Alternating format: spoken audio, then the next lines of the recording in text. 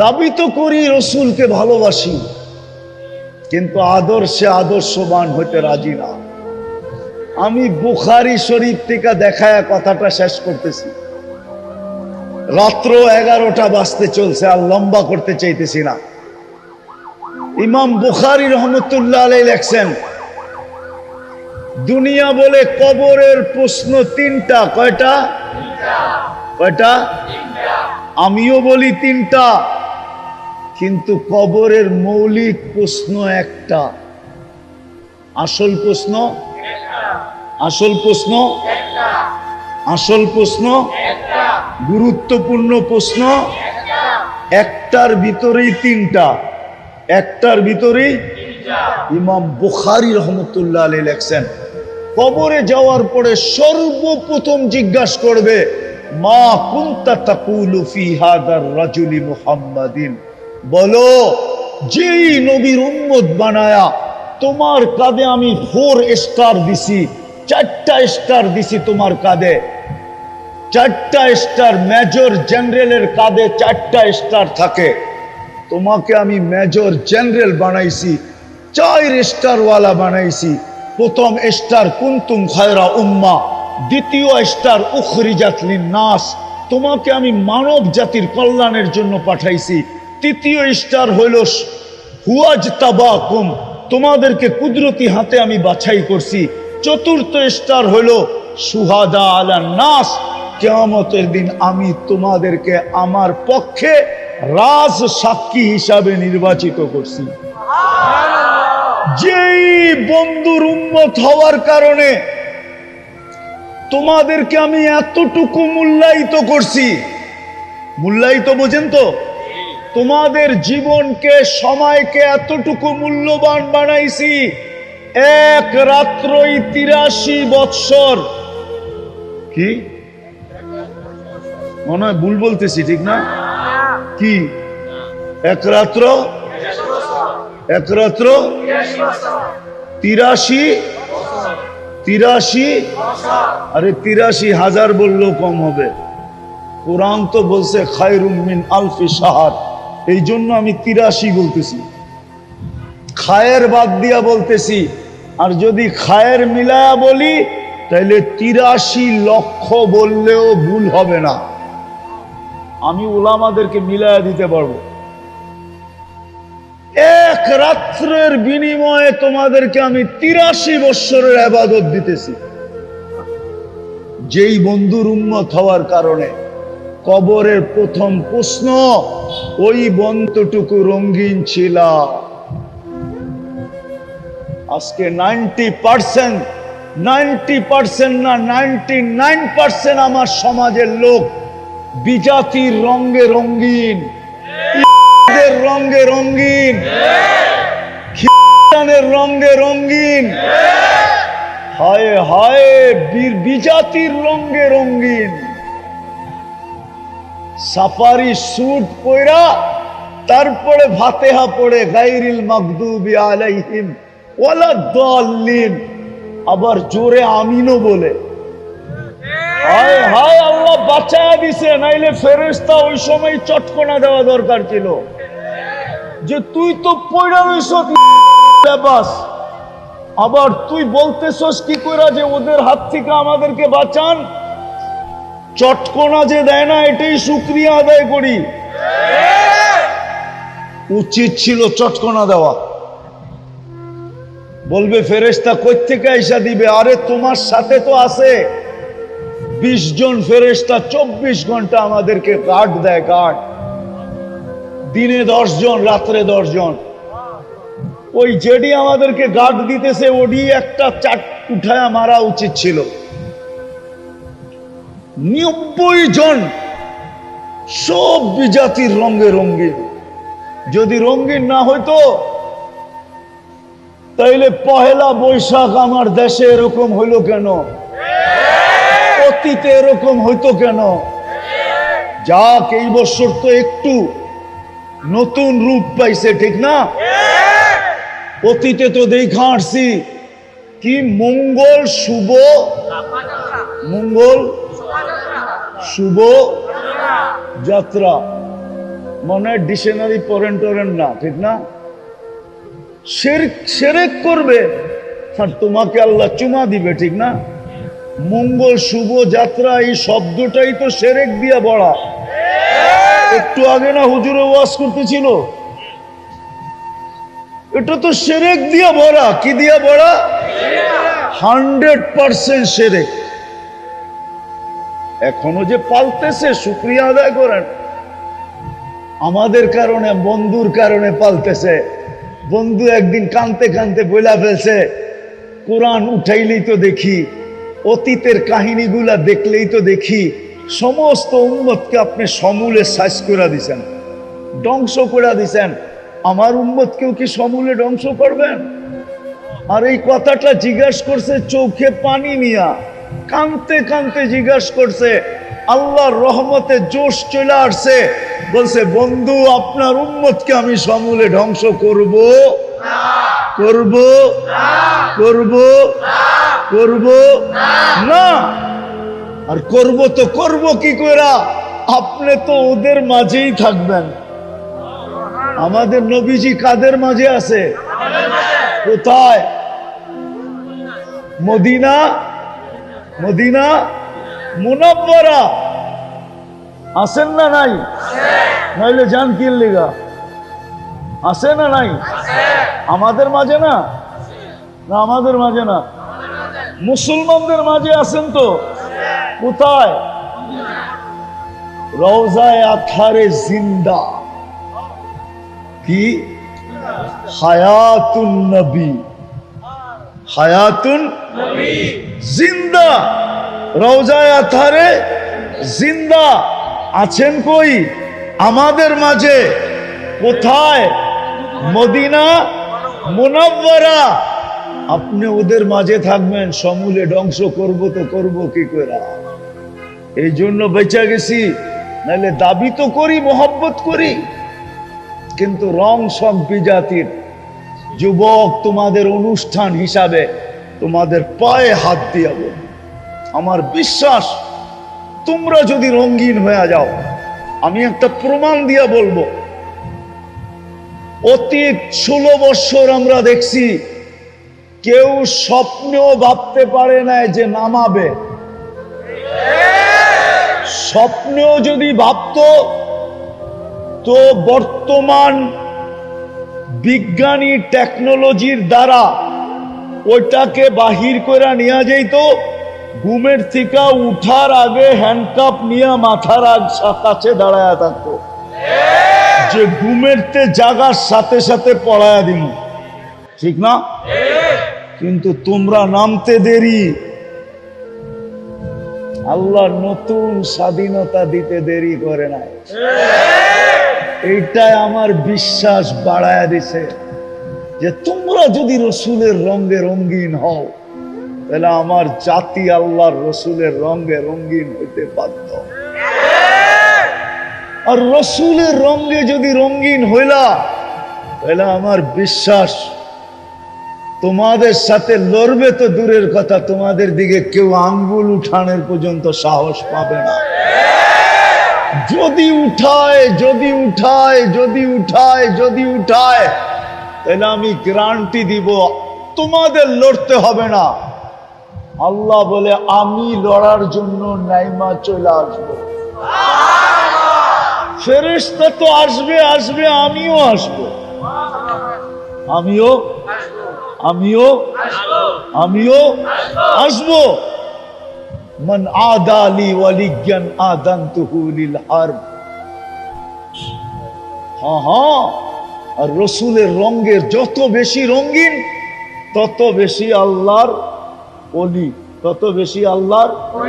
আর যুবক ওলি তো অন্যরকম, বুড়া ওলি অন্যরকম, যুবক ওলি, যুবক ওলি, বুড়া ওলি। বুড়া অলির চেয়েও কয়েকশো গুণ বেশি উপরে হইল যুবক অলি। যদি না হইতো তাহলে এই হাদিসে কুদসি কেন হইতো? আমি হাদিসে কুদসি দিতেছি। আল্লাহ বলতেছে লাউলা শাবাবা খুশা, যদি ওই যুবক জমিনে না থাকতো যে নিজেকে লজ্জাপতির মতো আমার ভয়ে গুটায় নিছে, আর আমার বন্ধুর রঙে রঙিন হয়ে গেছে, ওই যুবক যদি জমিনে না থাকতো, লাজালতুস সামা হাদিদা, আমি আকাশকে লোহার বানায়া দিতাম, ওয়াল আরদা সাফসাফা, জমিনকে তামার বানায়া দিতাম, ওমা আনজালতু মিনাস সামাই কাতরা, আকাশ থেকে একটা বৃষ্টির ফোঁটা না, ওমা আম্বাততু মিনাল আরদি হাব্বা, জমিন থেকে একটা শস্যের দানা না, বাল আনজালতু আলাইহিমুল আযাবা সাব্বা, একের পর এক আযাব দিয়ে ধ্বংস করে দিতাম। কিন্তু পারি না তো, যুবক গুলার জন্য পারি না। বলো যুবক, তোমার দাম কত, বেলু কত, কার কাছে? আল্লাহর কাছে। পায়ে হাত দিয়া বলি, আজকের থেকে নামাজ ছাড়বো না, আর রসুলের রঙে রঙিন হব। বিশেষ করে আমি এই সংগঠনকে বলবো, তোমরা ৭৫ জন আছো, তোমরাই আগে রঙিন হয়ে দেখাও।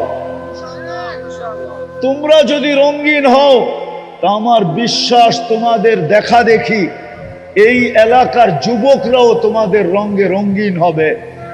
তখন আর প্রশাসনের বলতে হবে না।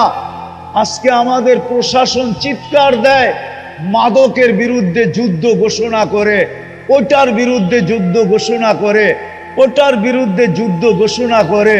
রব্বে কাবার কসম, আমার রসুলে, আমার নবীজির রঙে, আল্লাহর বন্ধুর রঙে যখন রঙিন হবে, আর কোনো বিষয়ে কারো ঘোষণা করার প্রয়োজন হবে না। বরং আমার তো বিশ্বাস, এই রুট দিয়া মাদক ক্যারি করে যাওয়ারও সাহস হবে না।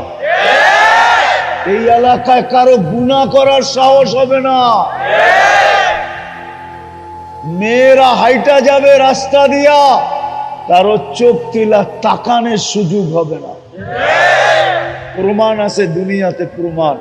আপনারা তো দেখেন নাই, হাজরা মউত আপনারা দেখেন নাই, ইয়ামানের একটা শহর। মদিনা মুনাওয়ারা যেখান থেকে পড়ায় 1000 কিলোমিটারের সমান, আরো বেশি। মেয়ে হাজরা মউত থেকে মদিনা মুনাওয়ারায় গেছে। উমর রাদিয়াল্লাহু আনহু জিজ্ঞাসা করছে, বেটি এত বড় রাস্তা অতিক্রম করে আসলি, বল মানুষকে কেমন পাইলি? সমস্ত মেয়েরা যেন একমার পেটের বোন, সমস্ত পুরুষ যেন একমার পেটের ভাই। এত দূরত্বের রাস্তা তোর কাছে কেমন মনে হইলো? বলে, কান্নি ফি বাইতিন, আমি যেন একটা বাড়ির ভিতরেই ছিলাম। খারাজতু মিন গুরফা, একটা কামরার থেকে বাহির হইছি। ও দাখালতু ফি গুরফা, মানে হলো আরেকটা কামরার ভিতরে আমি ঢুকলাম, এরকম নিরাপদ থাকলাম। তোমাদের পায়ে হাত দিয়া বলি, আমি এছাড়া আল্লাহর রহমতটাই না আনা যাবে না। রক্তের পরে রক্তর বন্যা বয়া যাবে, কিন্তু ফেরেশতা নাইমা আসবে না। ফেরেশতা নাইমা যতক্ষণ পর্যন্ত বন্ধুর রঙে রঙিন না হই। আল্লাহর একটা হুকুম শুধু আমি বললাম, 5 ওয়াক্ত নামাজি না হই। তওবা কইরা 2টা করতে রাজি আজকের থেকে? কেননা কালকে আল্লাহর কাছে যায় চেহারাটা দেখাইতে হবে, সমস্ত নেয়ামতের হিসাব দিতে হবে।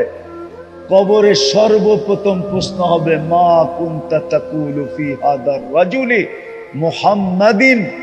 কিতাবুল জানায়েজে ইমাম বুখারী রাহমাতুল্লাহ আলাইহি লেখছেন যে, বল আমার বন্ধুর রঙে কতটুকু রঙিন ছিলি, আমি বন্ধুর খাতিরে তোকে কিনা দিছি, তোর মর্যাদা কোথায় না উঠাইছি, উচ্চ শিখরে নিয়ে আলেছি। সমস্ত উম্মতকে তোর সামনে আমি জলাঞ্জলি দিয়া দিছি। হ্যাঁ হ্যাঁ হ্যাঁ, এই জন্য চলেন আজকে মনের থেকে তওবা করি। কে কে রাজি তওবা করতে? পাক্কা? তাহলে বলে দেন, আল্লাহ অতীত থেকে তওবা করলাম, আপনি আমাদের তওবা কবুল করেন। দ্বিতীয়, আজকের থেকে নামাজ ছাড়বো না। পাক্কা? হ্যাঁ, নামান। তৃতীয়, আজকের থেকে আল্লাহর রসুলের রঙে রঙিন হবে। হ্যাঁ, যুবকরা কি বলে? পাক্কা? হ্যাঁ, সত্য? কোন সহজ।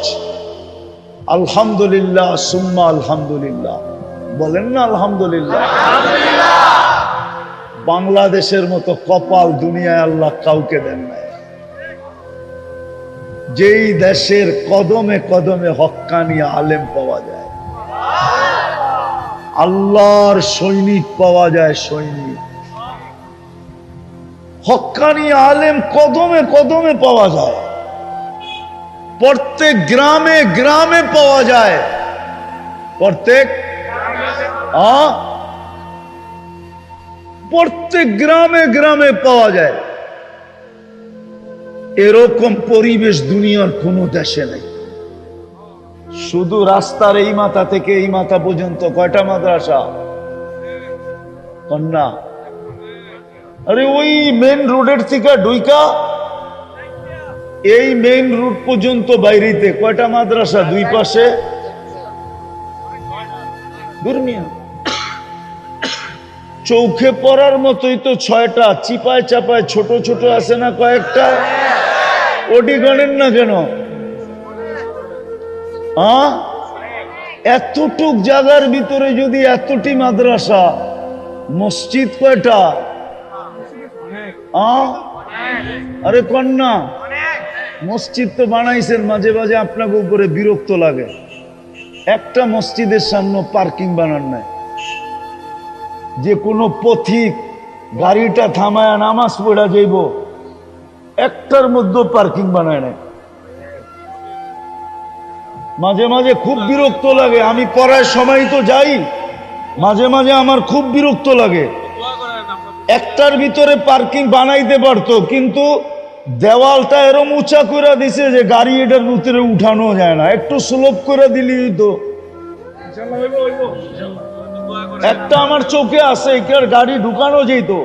2-3 দিন আমি ঢুকাইতে চাইছি, কিন্তু ড্রাইভার কয় এটা পার হয়ে যামু কেমনে?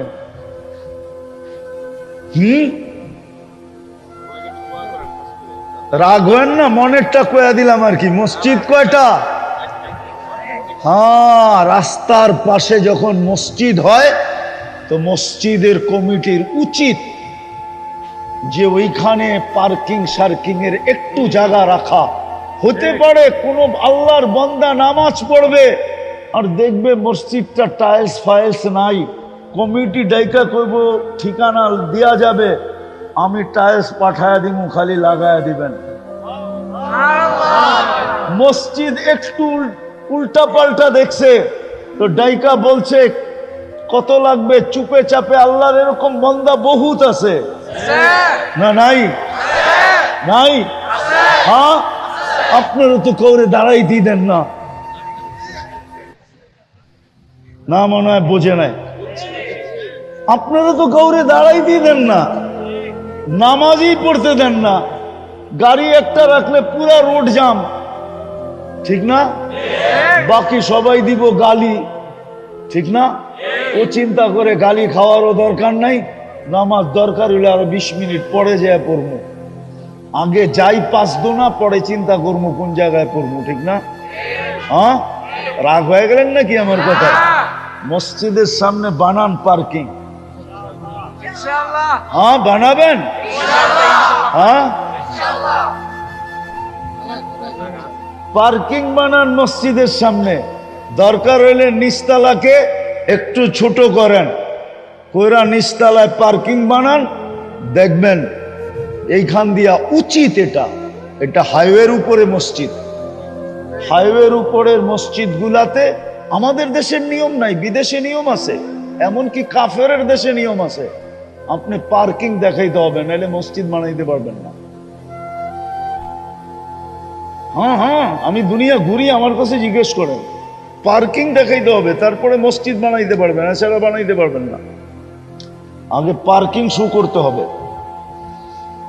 তো এতটুকু বললাম আর কি, কোত্থেকে জানি কথা কই চলে গেল। তো বাংলাদেশের মতো পরিবেশ দুনিয়ার কোথাও নাই।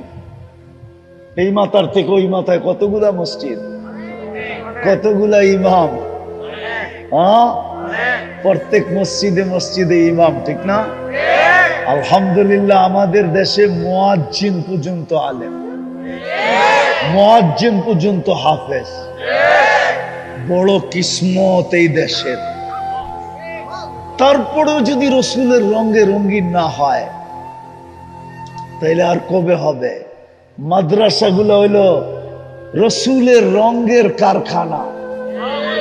ইমাম সাবরা হইলো, ওলামারা হইলো সেলসম্যান। এরা বিক্রি করে, এদের কাছে আছে রসুলের রং। যুবক, তোমাদের পায়ে হাত দিয়া বলি এদের কাছ থেকে শিখো, নাইলে আমাদের দেশের উপরে আল্লাহ নারাজ না হয়ে যায়। গাজা আলাদের তো একটা করিডোর আছে, ইচ্ছা করলে দেওয়াল ভাঙ্গা হইলো মিশরে ঢুকতে পারবে। আমাদের একটা করিডোর আছে, কলা গাছ লেয়া বঙ্গোপসাগরে চাপ দেওয়া ছাড়া আমাদের কোনো করিডোর নাই নাই নাই নাই নাই নাই। এই জন্য পায়ে হাত দিয়া বলি ইনশাআল্লাহ শিখবো। আমি চান্দা করব না, আমি আপনাদেরকে বলবো যারা এখানে উপস্থিত হয়েছি, এই সংগঠনের যে ছেলেরা আছে এরা স্বেচ্ছায় রক্তদান করে। এরা যদিও আপনাদের কাছে কখনো বলে না, কিছু বলে না, চান্দা করে না, কিন্তু আমি আপনাদের পায়ে হাত দিয়া বলবো আপনারা নিজের পক্ষ থেকে এই যুবক দুলাকে উৎসাহিত করেন, আরো আগে বাড়ার তো জন্য বলেন এদেরকে, যেন এরা আরো ধর্মীয় সেবামূলক কাজ করতে পারে। আপনারা যদি এদেরকে উৎসাহিত না করেন, এদের বিরুদ্ধে যদি আঙ্গুল উঠান, এদেরকে যদি আপনারা কি বলে খারাপ চোখে দেখেন, হইতে পারে এই ছেলেগুলো একদিন বসা যাবে আর স্রোতের সাথে বেসা যাবে। লাভ আপনার কি হবে বলে? আর এরা যদি সেবামূলক দিনের কাজ আপনাদের উৎসাহ পায়া, উদ্দীপনা পায়া, আপনাদের দুটা ভালো কথা পায়া, আপনাদের সহযোগিতা পায়া, যদি এই ছেলেরা আরো উদ্বুদ্ধ হয়া সমাজের ভিতরে ভালো কাজ আরো করতে থাকে, তাইলে সমাজ ভালো হবে না খারাপ হবে? এই ছেলেগুলা ভালো পথে থাকবে না খারাপ পথে যাবে? যদি খারাপ ভালো পথে থাকে তাইলে আপনার ক্ষতি হবে, বরং এলাকার জন্য ভালো হবে। এই জন্য আপনাদের কাছে আমার দরখাস্ত, হাত জোর দরখাস্ত, আপনারা এদেরকে উৎসাহিত করেন, এদের প্রশংসা করেন, এদেরকে ওয়াহ ওয়াহ বলেন, এদেরকে সাবাস সাবাস বলেন, এদেরকে আরো আগে বাড়ান, যেন এরা আরো করতে পারে। আমি দুই একটা এদেরকে বলছি, আমি আসছি মাগরিবের পরে, এতক্ষণ আমি এদের সাথে বসা ছিলাম, যেই কজনকে পাইছি এদেরকে আমি কয়েকটা দিক নির্দেশনা দিছি। মাশাআল্লাহ এরাও রাজি হয়েছে। আমি চাই এরা আরো দিনের লাইনে সেবামূলক কাজে, ইসলামিক কাজে পুরা বাংলাদেশের ভিতরে একটা মডেল হয়ে দাঁড়ায়। আর আমরা যদি এদেরকে সাহস দেই, তাইলে এই ইউনিয়নটা হয়তো না চিনতে পারে দুনিয়ার কেউ, ইউনিয়নটা চিনবে না, কিন্তু এই সংস্থাটাকে চিনবে। এই আপনারা তো দেখেন না হাজরামউত, আপনারা দেখেন না ইয়ামানের একটা শহর, মদিনা মুনাওয়ারা যেখান থেকে পড়ায় 1000 কিলোমিটারের সমান, আরো বেশি। মেয়ে হাজরামউত থেকে মদিনা মুনাওয়ারায় গেছে। উমর রাদিয়াল্লাহু আনহু জিজ্ঞাসা করছে, বেটি এত বড় রাস্তা অতিক্রম করে আসলি, বল মানুষকে কেমন পাইলি? সমস্ত মেয়েরা যেন একমার পেটের বোন, সমস্ত পুরুষ যেন একমার পেটের ভাই। এত দূরত্বের রাস্তা তোর কাছে কেমন মনে হইলো? বলে কান্নি ফি বাইতিন, আমি যেন একটা বাড়ির ভিতরেই ছিলাম। খারাজতু মিন গুরফা, একটা কামরার থেকে বাহির হইছি। ও দাখালতু ফি গুরফা, মানে হলো আরেকটা কামরার ভিতরে আমি ঢুকলাম, এরকম নিরাপদ থাকছি। তোমাদের পায়ে হাত দিয়া বলি আমি, আল্লাহ বলতেছে লাউলা শাবাবা খুশা, যদি ওই যুবক জমিনে না থাকতো, যে নিজেকে লজ্জাপতির মতো আমার ভয়ে গুটায় নিছে আর আমার বন্ধুর রঙে রঙিন হয়ে গেছে, ওই যুবক যদি জমিনে না থাকতো, লাজালতুস সামা হাদিদা, আমি আকাশকে লোহার বানায় দিতাম, ওয়াল আরদা সাফসাফা, জমিনকে তামার বানায় দিতাম, ওমা আনজালতু মিনাস সামাই কাতরা, আকাশ থেকে একটা বৃষ্টির ফোঁটা না। ওমা আম্বাততু মিনাল আরদি হাব্বা, জমিন থেকে একটা শস্যের দানা না।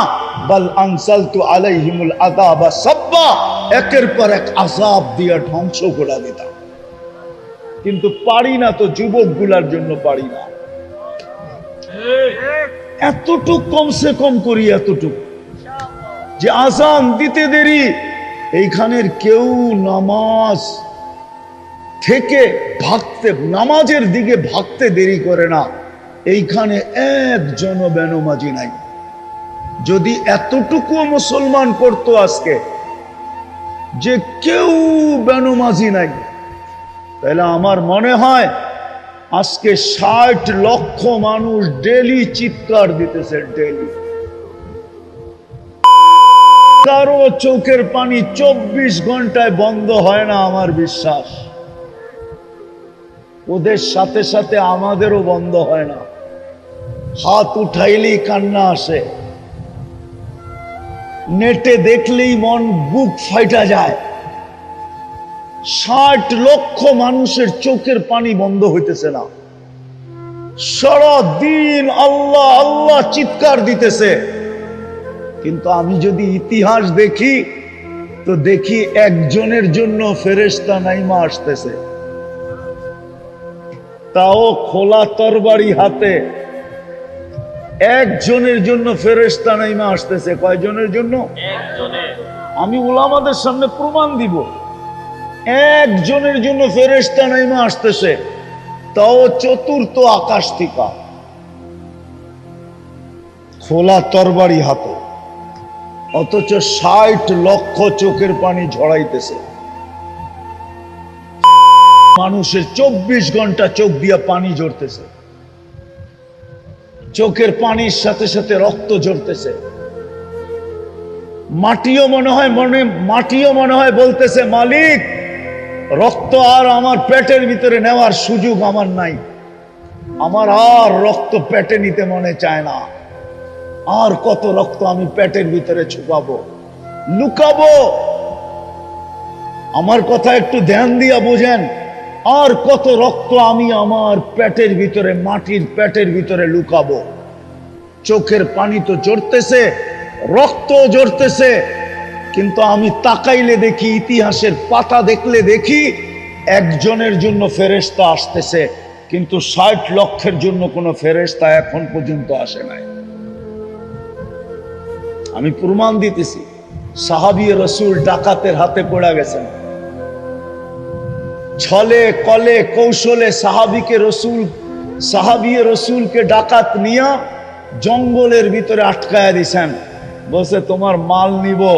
বলছে, নাও, আপত্তি নাই, আমাকে ছেড়ে দাও। বলছে, আমি তোমাকে ছাড়বো না। তুমি কি চোখে দেখো না এখানে লাশ বিক্ষিপ্ত পড়া আছে?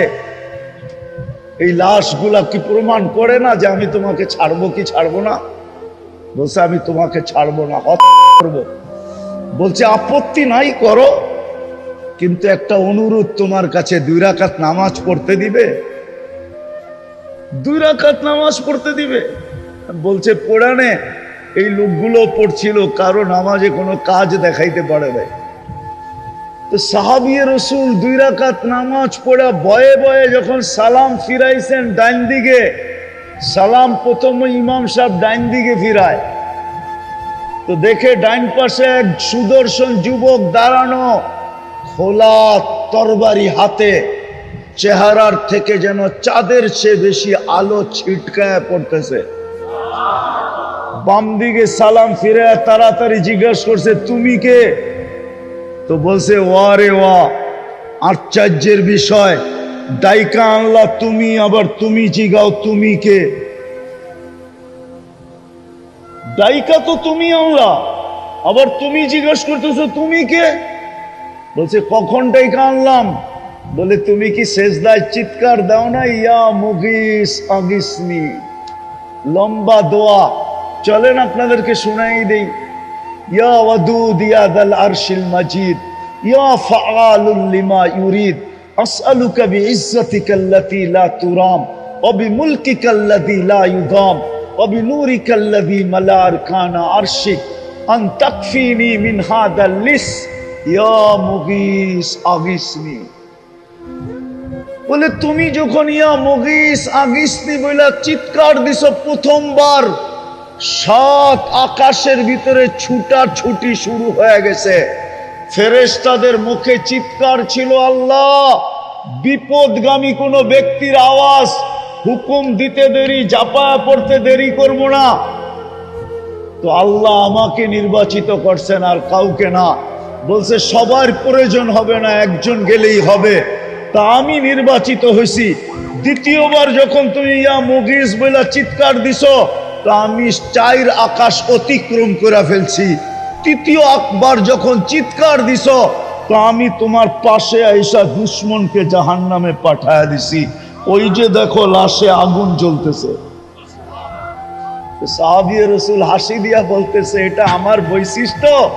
বলছে না, তোমার মতো নামাজ কিয়ামতের সকাল পর্যন্ত যে উপহার দিবে, আমি তার জন্য জীবিত থাকব, আর তার ডাকে আমি 4th আকাশ থেকে ছুটে আসব। আমি যদি আল্লাহকে প্রশ্ন করি, মালিক আজকে তো 60 লক্ষ চোখের পানি জড়াইতে 24 ঘন্টা ওদের চোখের পানি ঝরতেছে, জমিন পর্যন্ত রক্ত নিতে এখন দ্বিধাবোধ করতেছে যে আমি আর কত রক্ত জড়িত লাশ আমার পেটে নিব। মাটি মনে হয় এটা বলতেছে। ইতিহাস তাকাইলে দেখি একজনের জন্য ফেরেশতা পাঠাইতেছ, কিন্তু 60 লক্ষের ফেরেশতা কোথায়? কিন্তু আল্লাহ তো আমাকে বলে, ওরা আমাকে ভালোবাসে বটে, কিন্তু আমি ডেলি 5 বার ডাকি, তুই আমাকে বল কয় % মুসলমান আমার কুদরতি পায়ে আইসা মাথা রাখে। অথচ আমি তো তোদের জন্যই। তুর পাহাড় যখন আমি দেখছি, তুর পাহাড় 2010-এর কাহিনী বলতেছি, 15 বছর হইতে চলল। ওই সময় আমার মনে উঠছিল, মনে মুসা আলাইহিস সালাম আল্লাহকে জিজ্ঞাসা করছিলেন, তুকাল্লিমু মাই হাল তুকাল্লিমু আহাদান গায়রি, আমার সাথে কথা বলেন, আপনি কারোর সাথে কথা বলবেন? তা আল্লাহ বলে, মুসা জানো তুমি কোথায়, আমি কোথায়? আপনি পাহাড়ের চূড়ায় হবেন, আমি নিচে হমু। দূরত্ব তো এতটুকুই হবে, ঠিক না? কেননা কথা তো তোর পাহাড়ে হইতেছে, ঠিক না? হ্যাঁ, এতটুকুই দূরত্ব, ঠিক না? আবার কয় জি। আল্লাহ বলে, তুমি তো ভাবতেছো যে আমি চূড়ায়, তুমি পদদেশে। বাইনি ওয়া বাইনাকা হিজাব, তোমার আমার মাঝে পর্দা। বলছে কয়টা? কয় 70,000 পর্দা। আমি ওই পারে, তুমি এই পারে। সাতাতি উম্মাতুন, এক উম্মত আসবে, ওরা আমার সাথে কথা বলবে, আমি ওদের সাথে কথা বলবো। ফালা হিজাবা বাইনি ওয়া বাইনাহুম, এদের মাঝে আমার মাঝে কোনো পর্দা থাকবে না। পর্দা থাকবে না। আরে বলেন না, কোনো পর্দা থাকবে না, না না না না না, কোনো পর্দা থাকবে না। এই জন্য মুসল্লি যখন সেজদায় যায়, হায় হায় হায়, আস-সাজিদু ইয়াসজুদু আলা কাদামাইর রহমান, সেজদাকারী আল্লাহর কুদরতি পায়ে মাথা রাখে। মুসল্লি উনাজি রব্বা, বুখারী শরীফ, নামাজি আল্লাহর সাথে কথা বলে। কথা আল্লাহ বলে, এই সুযোগ দিলাম ওদেরকে, বল শতকরা কয়জন মসজিদে আসে? বলেন আপনারা কয়জন? আমি 60 জায়গায় চলে আসছি, কয়জন মসজিদে আসে? শতকরা 90 জন আসে না। তাইলে প্রথম কথা ছিল যে দাবি তো করি মাথায় হাত দিয়া, বুকে হাত দিয়া, কোরআনে হাত দিয়া, মনের থিকা, বড় গলায়, সন্তানের মাথায় হাত দিয়া আল্লাহকে ভালোবাসি, কিন্তু 24 ঘন্টা বুক করি ওই আল্লাহটা, কিন্তু ওই আল্লাহকে মানি তো মানি কতটুকু? কালকে যে চলে যাব, এই আল্লাহকে চেহারাটা দেখাবো কি করে? বলেন, কোরআনের উত্তর দিব কি করে? লাতুসআলুন্না আনিন নাঈম। প্রত্যেক নিয়ামত সম্পর্কে যখন জিজ্ঞাসা করা হবে তো জবাব দিব কি করে? ওই জান্নাত মিলবে কি করে? দ্বিতীয় দ্বিতীয় দ্বিতীয় দ্বিতীয় দ্বিতীয় রসুলকে ভালোবাসি, ঠিক না? না বাসি না? কে কে বাসি? পাক্কা মনের থিকা? নামান নামান নাম। দাবি করলে কি হবে? যদি রসুল কি ভালোবাসতে যুবক, তাহলে তোমার চুলের স্টাইল এরকম হইতো কেন? তোমার পোশাক আশাক এরকম হইতো কেন? আমার সমাজের মা বোন বেপর্দা চলতো কেন? মেয়েরা বেপর্দায় ঘুরতো কেন? মুসলমান উম্মতে মুহাম্মাদি। একটা কথা শুধু বলে দিতেছি, একটা কথা বলে গুছায় আনতেছি কথা।